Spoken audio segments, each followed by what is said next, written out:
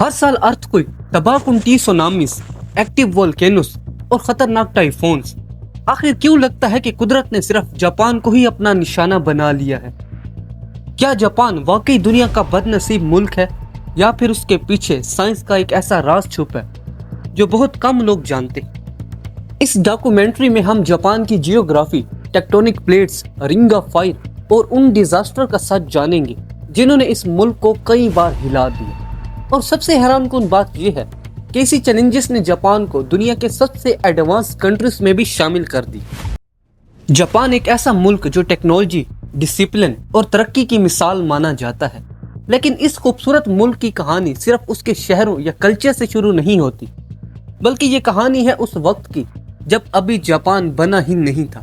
دوستو، جاپان کا نام دو چائنیز کریکٹر سے آیا ہے۔ اس پہلے کریکٹر کا مطلب ہے سورج اور دوسرے کریکٹر کا مطلب ہے بنیاد یا پھر اصل، یعنی لفظی طور پر اس کا مطلب ہے اوریجن آف دی سن۔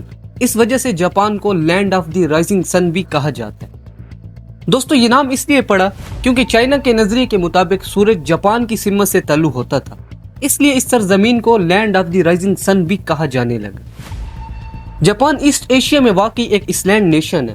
یہ کورین پیننسولا اور رشیا کے ایسٹ اور پیسیفک اوشن کے ویسٹ میں موجود ہے۔ جاپان کوئی ایک اسلینڈ نہیں، یہ 14,000 اسلینڈز کا کلیکشن ہے۔ جاپان کی سرکاری میپنگ کے مطابق 2023 میں دوبارہ سروے کے بعد یہ تعداد 14,125 بتائی گئی۔ پہلے عام طور پر 6,852 اسلینڈ کا ذکر ملتا تھا۔ ان میں سے صرف چند اسلینڈز پر ہی آبادی ہے، جن میں ہوکائیڈو، ہونشو، شیکوکو اور کویوشو۔ انہی پر تقریباً تمام پاپولیشن رہتی ہے۔ جاپان کا تقریباً 70% ایریا ماؤنٹینز اور ہلز پر مشتمل ہے۔ اسی وجہ سے زمین کم ہے اور زیادہ لوگ کوسٹل پلینز میں رہتے ہیں اور لینڈ سلائڈز کا خطرہ بھی زیادہ ہوتا ہے۔ اس کے علاوہ ماؤنٹ فیوجی سب سے مشہور پیک، ہائٹ 3,776 میٹرز۔ لیکن ایک انٹرسٹنگ بات، ماؤنٹ فیوجی صرف ایک پہاڑ نہیں، یہ ایکٹیو اسٹریٹ وولکینو ہے۔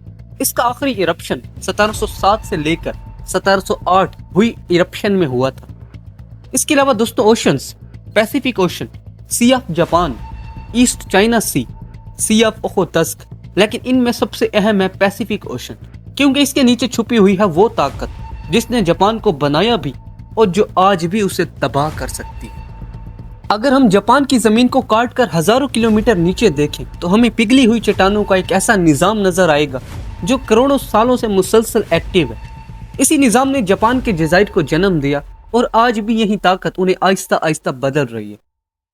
اکثر لوگ سمجھتے ہیں کہ زمین کی بیرونی سطح ایک ہی مضبوط اور مسلسل لیئر پر مشتمل ہے، لیکن حقیقت اس سے مختلف ہے۔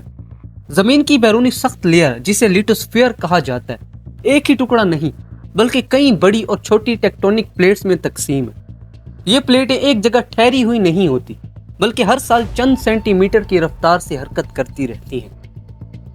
یہ رفتار اگرچہ بہت سست محسوس ہوتی ہے، مگر لاکھوں اور کروڑوں سالوں میں یہی حرکت براعظموں اور سمندروں کی شکل بدل دیتی ہے۔ دوستو، جاپان کے نیچے اتنی پلیٹیں کیوں ہیں؟ جاپان دنیا کے ان چند علاقوں میں شامل ہے جہاں 4 بڑی ٹیکٹونک پلیٹیں ایک دوسرے کے قریب آ کر مسلسل تعامل کرتی ہیں۔ Pacific plate, Philippine sea plate, Eurasian plate, North American plate. ان پلیٹوں کی حرکت ایک جیسی نہیں ہوتی، بعض پلیٹیں دوسری پلیٹوں کے نیچے دھکیل دی جاتی۔ اس عمل کو سبڈکشن کہا جاتا ہے۔ اب سبڈکشن کیا ہوتی ہے؟ سمندری پلیٹیں عام طور پر زیادہ بھاری اور زیادہ ڈینس ہوتی ہیں۔ جب وہ کسی نسبتاً ہلکی براعظمی یا دوسری پلیٹ سے ٹکراتی ہیں تو اکثر اس کے نیچے مینٹل کی طرف دھکیل دی جاتی ہیں، لیکن یہ عمل بالکل سیدھا نہیں ہوتا۔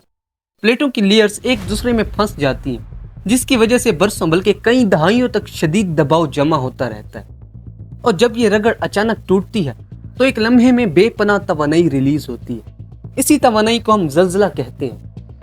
جاپان صرف ٹیکٹونک پلیٹوں کے سنگم پر ہی واقع نہیں، بلکہ پیسیفک رنگ آف فائر کا بھی ایک اہم حصہ ہے۔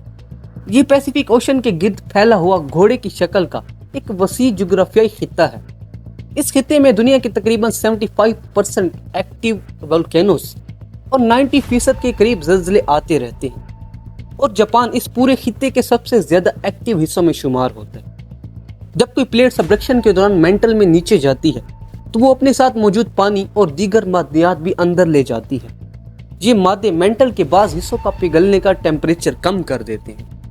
اور نتیجتاً وہاں میگما بنتا ہے. یہ میگما آہستہ آہستہ اوپر کی طرف اٹھتا ہے اور وقت گزرنے کے ساتھ ساتھ وولکینوز تشکیل دے سکتا ہے.